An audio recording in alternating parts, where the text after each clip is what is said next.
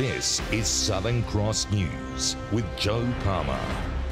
The Tasmanian government is optimistic the new GST proposal will benefit the state and will now examine the plan with a fine-toothed comb.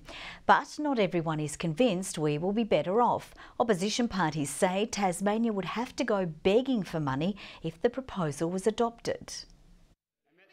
A war of words erupts in state parliament. A new GST allocation plan could see Tasmania receive an extra $112 million over the next 8 years. That's according to the federal government's proposal, which would change the way profits from GST are divided between the states. We need to now consider very carefully the proposal. There'll be a sharing of data between our Treasury and the Federal Treasury, and then we'll be in a position to understand this model more fully. Mr Gutwin said he will reject any proposal that left Tasmania worse off. Money from GST makes up 40% of the state's budget. Any changes would have a large impact on our spending.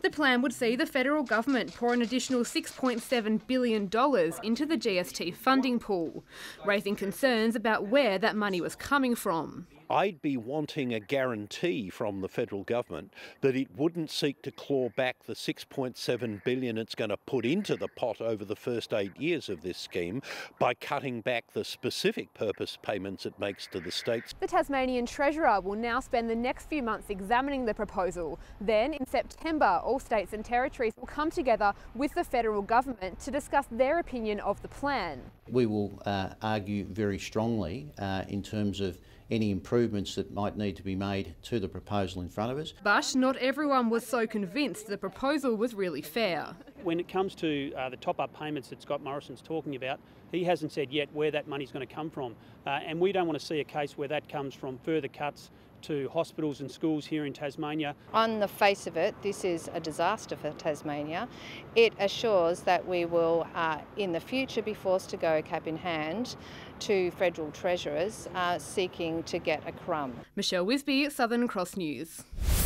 Opposition leader Bill Shorten has spent another day campaigning on the northwest coast, this time kicking money into local football. Labor's pledging to spend $5 million to get more grassroots games on the ground, but the Liberals have labelled it a hollow promise. Day 2 of his visit to the state. Bill Shorten was busy grandstanding Labor's commitment to local footy. $5 million fund over the next 5 years to help save Tassie football. That's cash he says would be spent on everything grassroots, from Guernseys to change rooms. They need extra money to help grow their sport, to really make it as vibrant as it used to be. Footy has been an issue in the Braddon electorate, with both clubs in Burnie and Devonport pulling out of the Tasmanian State League. And other leagues say it's a tough road ahead, with dwindling volunteer numbers. We're finding now that one volunteer's got 3 or 4 different jobs to do now, whereas before there was 4 people to do those jobs. The pledge receiving a familiar response from the Liberals, who say any funding from Labor is a hollow promise, with the party unable to spend cash in opposition. Well, it's undeliverable. It's fake money. It's not. It can't be delivered by Bill Shorten, even if Justine Kay were to win the by-elections. While National Senator Steve Martin says the state needs to aim higher. Funding for any type of football were great for Tasmania, but it's really about the AFL committing to having an AFL or AFLW team in Tasmania by 2023. Both Labor and the Liberals are expected to further outline their Braddon by-election pitch this weekend at official campaign launches. Sean McComish, Southern Cross News. A Tasmanian man has been found guilty of raping an elderly woman in her own home following a week-long trial in the Launceston Supreme Court. Christo Brown had pleaded not guilty to all charges relating to the 2015 incident, but today's jury reached a unanimous verdict. Our reporter Tom Johnson has the details. After 5 hours of deliberations, the jury found Christo Brown guilty to all charges relating to the July 2015 incident. Mr Brown had previously pleaded not guilty to allegations he broke into a West Launceston home and then raped an elderly lady inside. Mr Brown, 18 years old at the time, was arrested in Melbourne and extradited to Tasmania to face charges a week after the incident. Today, the court heard a recap of evidence considered during the trial before the verdict was handed down.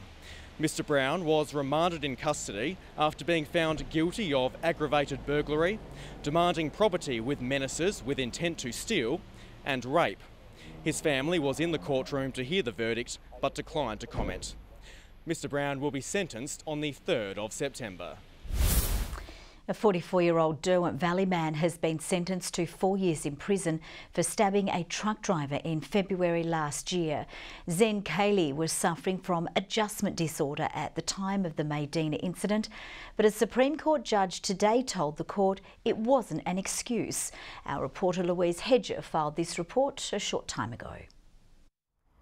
44-year-old Zen Cayley appeared via video link here at Hobart Supreme Court this afternoon.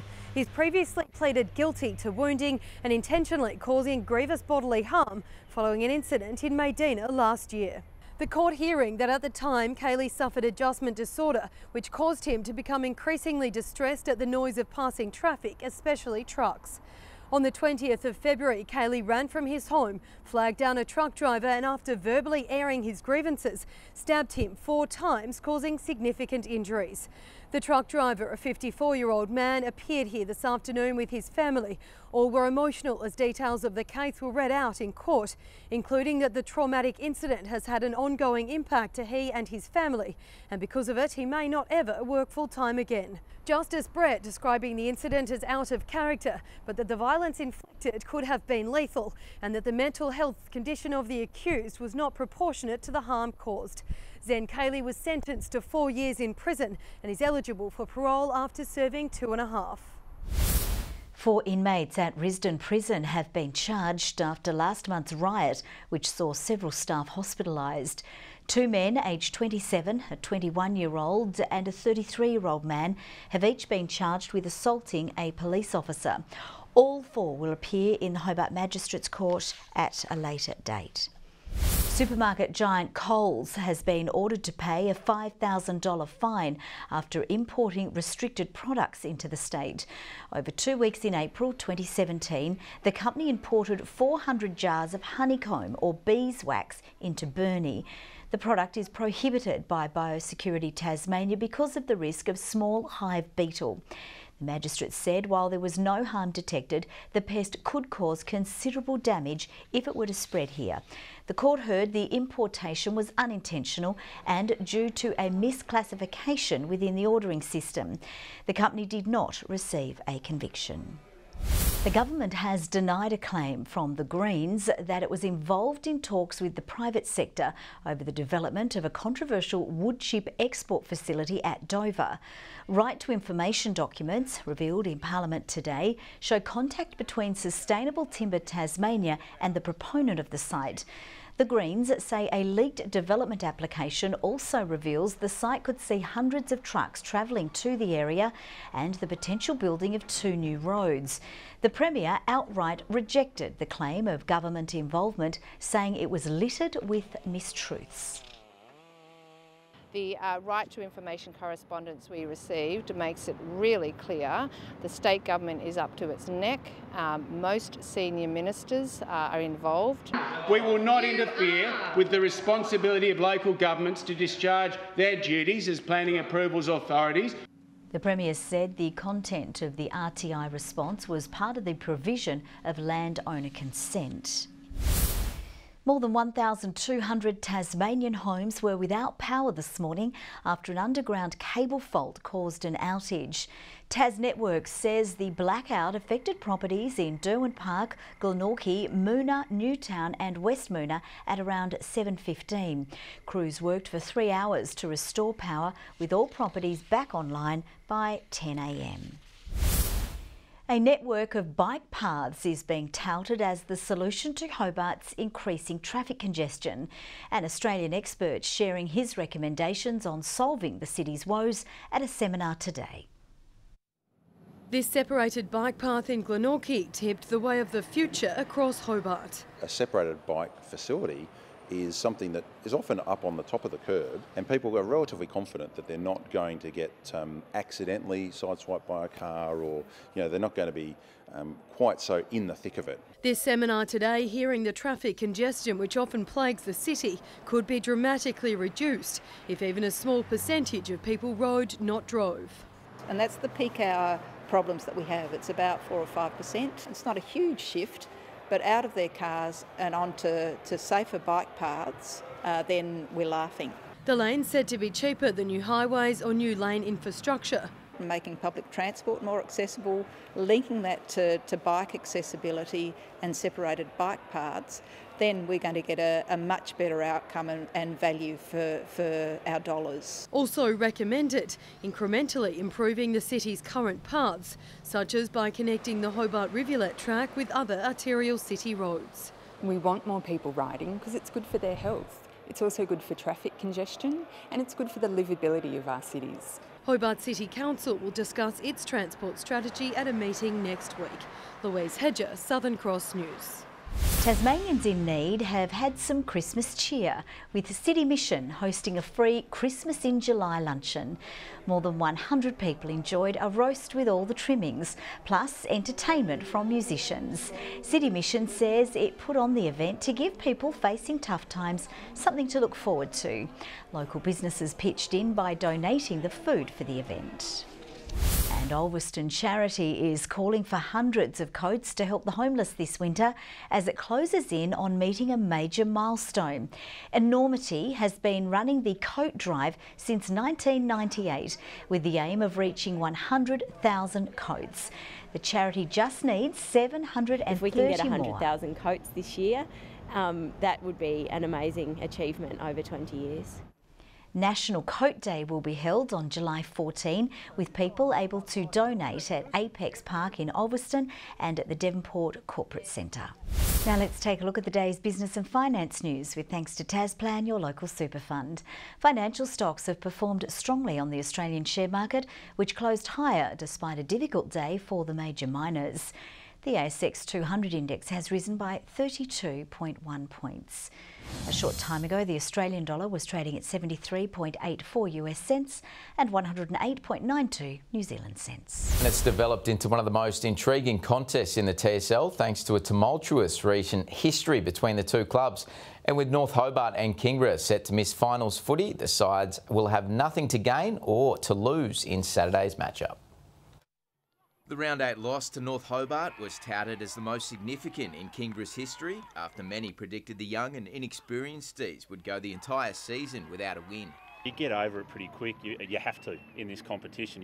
We lost to North Hobart. We played North Lonnie the next week up there. So you've got to fail fast. Despite an underwhelming year, which has seen them win just 2 games, all of Kingborough's key personnel has recommitted to the program for next year, according to Bamella, including key defender turned forward Mitch Carter, who could prove the difference at North Hobart Oval on Saturday.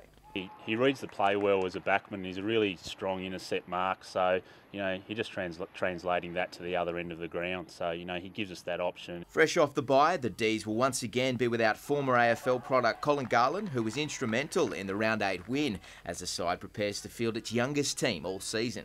We understand that we're probably not fair chance we're not playing finals this year, so we'll get those young kids in some different positions, open their eyes. I mean, a lot of these kids were playing under 16 footy, some of them last year, now they're playing senior TSL footy. And Vince says his squad is keen to finish the season with some pride after managing to avoid another whitewash in their round 13 clash with Lauderdale. After quarter time, we're really pleased. I mean, we matched with Lauderdale the rest of the game, including 5-0 in the last quarter, which we're really pleased. Against a quality opposition that's playing some really good football at the moment, we're really pleased with that.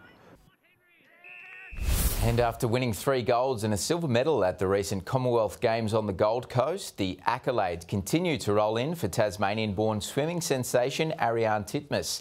The 17-year-old has earned selection in the Australian squad for the upcoming Pan-Pacific Swimming Championships after taking out the 400 and 800 metre freestyle double in last night's trials in South Australia. It's set up a showdown with 5-time Olympic gold medalist Katie Ledecky. I want to see how I match up against her. Definitely in the 800 she's a bit further in front of everyone, but in the 400 and the 200 I'm a lot closer, so I'm looking forward to racing her and see how I go. The championships begin on August 9 in Japan, with 33 Australians set to compete. Meantime, another young Tasmanian is getting ready to do big things in the pool, with 14-year-old Hunter Wright becoming the first water polo player in 5 years from the Apple Isle to earn selection in a national side. Wright will represent Australia in the under-16 squad to tour Montenegro and Serbia later this month for a series of international matches after impressing selectors at a recent AIS training camp. I think it was about 4 hours a day in the pool and a couple of hours in the gym, working pretty hard, working flat out. This is a real achievement on Hunter's behalf and demonstrates the amount of effort he's put into his training in recent times. The young gun says his ultimate goal is to represent his country at the Olympics, and a strong showing overseas could prove a big stepping stone towards that dream. Good evening. Temperatures sat above average today. Hobart 17 degrees, Launceston and Devonport 15, Burnie 14. And with that cloud cover came the showers. The best fall to 9 a.m. was 42 millimetres at Mount Reid, and from 9 till 3 today King Island had 7. Flinders Island and Friendly Beach is the top temperature with 18, St Helens 17, Grove and Ooze 16, King Island, Low Head and Strawn all 14 degrees. Now here's the cloud picture today with the high level cover over the state, more moving through behind that, and all that frontal cloud is also over southern Victoria and southeast and South Australia. A cold air mass is following to the west. A moist onshore flow has the cloud over New South Wales and Queensland. Tomorrow the front should be off over the Tasman Sea. A surface trough crosses Tasmania as another front looms as well. Northwesterly winds at 25 to 35 knots, reaching 40 knots over the southwest, swells at 5 to 6 metres. A severe weather warning for northern and western Tasmania for damaging winds. A gale warning from Tasman Island to St Helens Point. A strong wind warning for remaining coastal waters and a small craft wind alert for the lakes. We also have a minor flood warning for the North Esk River, a flood watch for north-east catchments and a warning to sheep graziers for quite a few districts. Into tomorrow we go with a shower or two and a bit of wind picking up over Hobart, 12 the high, 11 the top for Huonville with similar conditions. Same for Campania, 13 the maximum. Launceston, possible early storm, bit of rain during the day, 13 the top, 13 also for Devonport, same sort of situation, and for Georgetown as well, 11 degrees.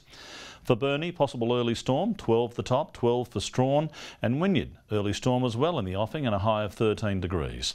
St Helens, very windy with rain at times, 14 the maximum, 13 for Swansea, possible shower 2 for Port Arthur, the wind picking up and 12 degrees the maximum. On Saturday, showers statewide, easing and contracting to the west, far south and Bass Strait, snow to 700 metres, fine over the central north on Sunday with showers over the west and south, and showers easing from the west on Monday with a morning shower possible over the south. Partly cloudy in Perth tomorrow, showers for Adelaide, Melbourne, Canberra and Brisbane, partly cloudy and 24 in Sydney and perfect in Darwin. Not so perfect here, cloudy in Hobart and 13, 12 in Launceston, the rain is falling, also in Devonport 12 degrees. Good day to stay inside tomorrow, I think, Jo. Oh, wouldn't that be nice? Thank you very much for that, Murph. We'll see you a little bit later with updates, but for now from the team, good night.